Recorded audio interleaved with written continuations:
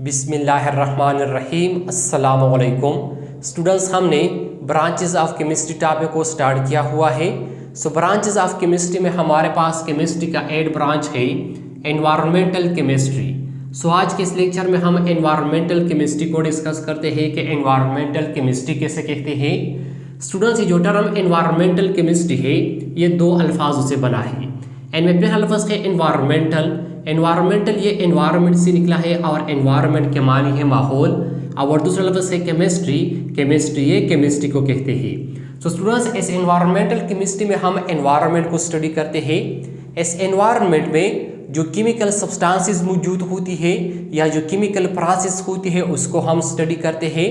इस chemical substances और chemical process का इस एनवायरनमेंट के साथ जो है ना जो इंटरेक्शन होता है, इस इंटरेक्शन को हम स्टडी करते हैं।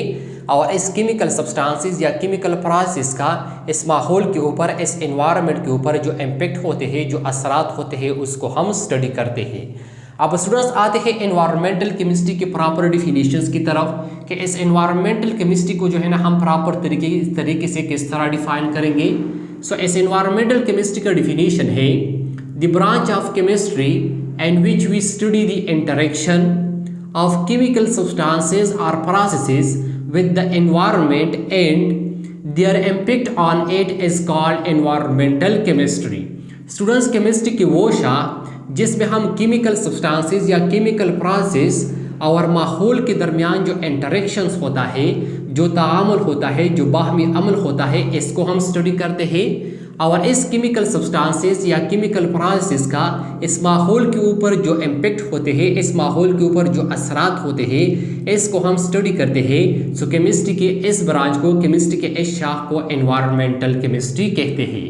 स्टूडेंट्स, केमिस्ट्री का वो शाख जिसमें हम केमिकल सब्सटेंसेस या केमिकल प्रोसेस का माहौल के साथ जो इंटरेक्शंस होता है, इस इंटरेक्शन को हम स्टडी करते हैं। और इस केमिकल सब्सटेंसेस या केमिकल प्रोसेस का इस माहौल के ऊपर जो असरात होते हैं, इस असरात को, इस इम्पेक्ट को हम स्टडी करते हैं। केमिस्ट्री के इस ब्रांच को, केमिस्ट्री के इस शाख को एनवायरमेंटल केमिस्ट्री कहते हैं। स्टूडेंट्स, ये जो एनवायरमेंटल केमिस्ट्री होता है इसमें जो है ना हम मेनली दो एरिया को स्टडी करते हैं। इसमें जो है ना हमारे पास पहला एरिया है एयर पोल्यूशन और दूसरा है वाटर पोल्यूशन। मतलब इस एनवायरमेंटल केमिस्ट्री में जो है ना स्टूडेंट्स हम मेनली एयर पोल्यूशन और वाटर पोल्यूशन को स्टडी करते हैं। अब इस एनवायरमेंटल केमिस्ट्री में जो है ना हम एयर पोल्यूशन और वाटर पोल्यूशन को जो है ना किस तरह स्टडी करते हैं।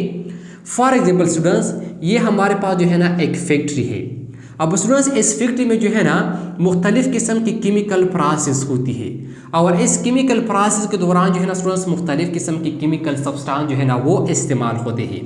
जब फैक्ट्री में मुख्तलिफ किस्म की केमिकल सब्सटेंसेस इस्तेमाल होती है और इस केमिकल सब्सटेंसेस के नतीजे में इसमें जो है ना मुख्तलिफ किस्म की केमिकल प्रोसेस होती है, तो इस दौरान जो है ना स्टूडेंट्स इस फैक्ट्री से, इस कारखानों से जो है ना स्टूडेंट्स मुख्तलिफ किस्म के सब्सटेंस जो है ना स्टूडेंट्स वो स्मोक के ज़रिए वो जो है ना स्मोक के ज़रिए बाहर आ जाते हैं। इसमें जो मुख्तलिफ किस्म की केमिकल्स पैदा हो जाते हैं वो केमिकल जो है ना स्टूडेंट्स स्मोक की शक्ल में इससे जो है ना स्टूडेंट्स बाहर इस एनवायरनमेंट में आ जाती है।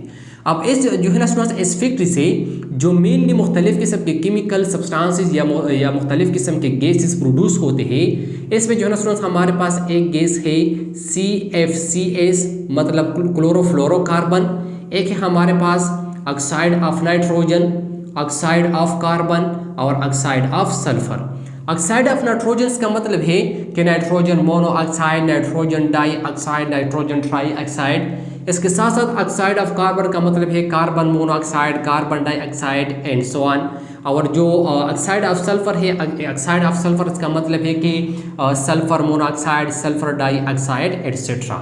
स्टूडेंट, जब इस फैक्ट्री में जो है ना मुख्तलिफ किस्म की केमिकल प्रोसेस होती है, इस दौरान जो है ना इस फैक्ट्री से जो है ना स्टूडेंट्स ये मुख्तलिफ किस्म के गैसेस जो है ना स्टूडेंट्स वो पैदा होते हैं। अब ये जो गैस जो है ना स्टूडेंट्स इस एनवायरनमेंट में आ जाते हैं, ये जो है ना स्टूडेंट्स इस एनवायरनमेंट के ऊपर जो है ना वो इम्पेक्ट जो है ना वो डालते हैं। इस एनवायरनमेंट के ऊपर जो है ना स्टूडेंट्स वो असरात मुरतब करते हैं। किस तरह जो है ना स्टूडेंट्स ये मुख्तलिफ किस्म के गैसेस इस एनवायरनमेंट के ऊपर जो है ना वो असरात मुरतब करते हैं। फॉर एग्जाम्पल हमारे पास जो है ना ये क्लोरोफ्लोरोकार्बन है। ये जो क्लोरोफ्लोरोकार्बन होता है ये हमारे इस एटमॉस्फेयर में जो ओजोन लेयर होता है, लेट्स सपोज ये जो है ना स्टूडेंट्स हमारे साथ ओजोन लेयर है। ये जो है ना इस हमारा इस जो एटमॉस्फेयर है, इस एटमॉस्फेयर में जो है स्टूडेंट्स हमारे साथ ओजोन लेयर है। अब स्टूडेंट जी ये जो ओजोन लेयर होता है इसका काम ये होता है कि ये जो है ना स्टूडेंट्स सन से जो यूवी रेज पैदा होते हैं, सन से जो अल्ट्रावायलेट रेज जो है ना स्टूडेंट्स वो पैदा होते हैं, इस अल्ट्रावायलेट रेज को जो है ना स्टूडेंट्स वो नीचे इस एनवायरनमेंट से जो है ना वो जो है ना इस नीचे इस एनवायरनमेंट में जो है ना स्टूडेंट्स इसको नहीं छोड़ देते। इस अल्ट्रावायलेट रेज को जो है ना स्टूडेंट्स ये ऊपर जो है ना ये ओजोन लेयर ट्रैप करते हैं, लेकिन नीचे जो है ना ये नहीं छोड़ देते।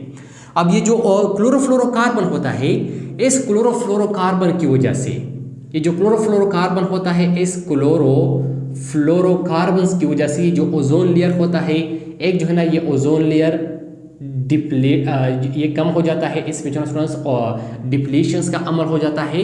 और दूसरा इस ओजोन लेयर में जो है स्टूडेंट्स होल्स पैदा हो जाती है, इस ओजोन लेयर में सुराख पैदा हो जाती है। जब इस ओजोन लेयर में जो है ना स्टूडेंट्स सुराख पैदा हो जाते हैं, सो ये जो अल्ट्रावायलेट रेज होती है, फिर ये अल्ट्रावायलेट रेज जो है ना स्टूडेंट्स हमारे इस एनवायरनमेंट में जो है ना वो एंटर हो जाते हैं, जो है ना स्टूडेंट्स दाखिल हो जाते हैं। जिस तरह के अब जो है ना स्टूडेंट्स ये जो ओजोन लेयर है जो है ना स्टूडेंट्स इसमें ये जो डिप्लीशंस का अमल है ये इंतहाई ज़्यादा हो गया है। सो ये जो अल्ट्रावायलेट रेज होती है स्टूडेंट्स, ये अल्ट्रावायलेट रेज जो है ना स्टूडेंट्स ये इस होल्स के जरिए जो है ना नीचे इस अर्थ सरफेस पर या इस हमारे इस एनवायरनमेंट में आ जाते हैं, जिसकी वजह से इस अर्थ सरफेस के ऊपर जितनी भी लिविंग ऑर्गेनिजम्स हैं, इन तमाम लिविंग ऑर्गेनिजम्स में जो है ना स्टूडेंट्स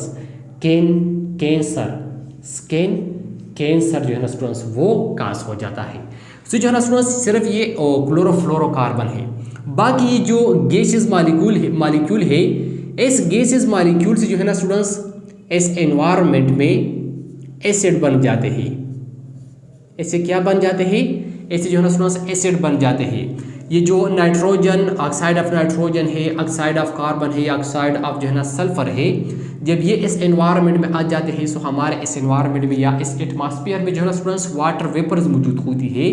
इस वाटर वेपर के साथ जो है ना स्टूडेंट्स ये कंबाइन हो के क्या बनाते हैं? एसिड बनाते हैं, और फिर इससे जो है ना स्टूडेंट्स एसिड रेन बन जाता है।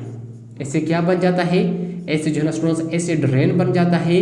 और ये एसिड रेन जो है ना स्टूडेंट्स जब ये एसिड रेन जो है ना स्टूडेंट्स नीचे आ जाता है, हमारे इस एटमॉस्फेयर से जो है ना स्टूडेंट्स ये बारिश की शक्ल में नीचे आ जाता है, तो ये इस अर्थ सरफेस के ऊपर जितनी भी लिविंग ऑर्गेनिजम्स होती है या नॉन लिविंग थिंग्स होती है, इन तमाम को जो है ना स्टूडेंट्स वो ख़राब करते हैं। इन तमाम के ऊपर जो है ना स्टूडेंट्स ये असरात मुरतब करते हैं। तो स्टूडेंट्स ये था हमारे पास एयर पोल्यूशन के इस एनवायरमेंटल केमिस्ट्री में जो है ना स्टूडेंट्स हम एयर पोल्यूशन को जो है ना वो किस तरह स्टडी करते हैं। दूसरे हमारे पास जो है ना स्टूडेंट्स वाटर पोल्यूशन। स्टूडेंट्स जो फैक्ट्री होती है, इस फैक्ट्री में जो है ना जब केमिकल प्रोसेस का अमल होता है तो इस दौरान इसमें जो है ना वाटर इस्तेमाल होती है, और जब इसमें ये वाटर इस्तेमाल होती है, ये वाटर जो है ना स्टूडेंट्स इसमें पल्यूटेड हो जाती है, और फिर ऐसे ही जो पल्यूटेड वाटर होती है, ये पल्यूटेड वाटर जो है ना स्टूडेंट्स ये बाहर आ जाती है।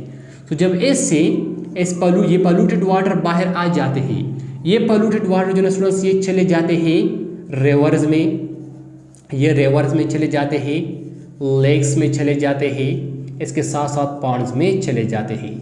अब हमारे पास जो है ना स्टूडेंट्स रिवर्स में, लेक्स में और पॉन्ड्स में जो है ना स्टूडेंट्स मुख्तलिफ किस्म के लिविंग ऑर्गेनिज्म जो है ना वो मौजूद होती है, जिसकी वजह से ये लिविंग ऑर्गेनिज्म जो है ना स्टूडेंट्स ये इस रिवर्स में, लेक्स में या पॉन्ड्स वगैरह में जो है ना स्टूडेंट्स वो मर जाते हैं। तो स्टूडेंट्स ये था हमारे पास एयर पोल्यूशन और वाटर पोल्यूशन। इसके साथ साथ स्टूडेंट्स ये जो एनवायरमेंटल केमिस्ट्री है, इसमें जो है ना स्टूडेंट्स हम हमारे इस एनवायरनमेंट में जो बायोटिक और एबायोटिक कंपोनेंट्स मौजूद होती है, इस बायोटिक और एबायोटिक कंपोनेंट्स को जो है ना स्टूडेंट्स हम स्टडी करते हैं। स्टूडेंट्स हमारे जो एनवायरनमेंट होता है जो है ना दो कंपोनेंट्स पर मुश्तमिल होता है। एक को बायोटिक कंपोनेंट्स कहते हैं और दूसरे को एबायोटिक कंपोनेंट्स कहते हैं। बायोटिक कंपोनेंट्स में जो है ना स्टूडेंट जितनी भी लिविंग थिंग्स है, ये तमाम लिविंग थिंग्स जो है ना स्टूडेंट्स वो आते हैं, और एबायोटिक कंपोनेंट्स में हमारे इस एनवायरनमेंट में जितनी भी जो है ना स्टूडेंट्स नॉन लिविंग थिंग्स होती है, जिस तरह के एयर है, टेम्परेचर है, H2O है, ये नॉन लिविंग थिंग्स जो है ना स्टूडेंट्स ये इस एबायोटिक कंपोनेंट्स में आते हैं। अब स्टूडेंट्स जो बायोटिक कंपोनेंट्स और एबायोटिक कंपोनेंट्स है, इन दोनों के दरमियान जो है ना एक रिलेशन होता है, इन दोनों के दरमियान इंटरेक्शन होता है। किस तरह इन दोनों के दरमियान इंटरेक्शन होता है? Students for example living things है और H2O है। लिविंग थिंग जो है ना स्टूडेंट्स ये बायोटिक कंपोनेंट्स है और H2O जो है ना ये एबायोटिक कंपोनेंट्स है। अब हमारे पास इस दुनिया में जितनी भी लिविंग थिंग्स है इन तमाम लिविंग थिंग्स के लिए जो है ना स्टूडेंट्स वाटर की ज़रूरत होती है। ये लिविंग थिंग्स बगैर वाटर के जो है ना जिंदा नहीं रह सकते। तो स्टूडेंट्स ये इन दोनों के दरमियान क्या है, इन दोनों के दरमियान जो है ना एक इंटरेक्शन है या इन दोनों के दरमियान जो है ना वो रिलेशन है। तो इस तरह जो है ना स्टूडेंट्स इस एनवायरमेंटल केमिस्ट्री में हम बायोटिक कंपोनेंट्स और एबायोटिक कंपोनेंट्स के दरमियान जो इंटरेक्शंस होती है, जो रिलेशनशिप होती है, उसको जो है ना स्टूडेंट्स हम स्टडी करते हैं। तो स्टूडेंट्स इधर हमारे पास आज का टॉपिक एनवायरमेंटल केमिस्ट्री के एनवायरमेंटल केमिस्ट्री किसे कहते हैं। आई होप आपको समझ आया होगा। इंशाल्लाह नेक्स्ट लेक्चर में मुलाकात होगी। Thank you, वस्सलाम।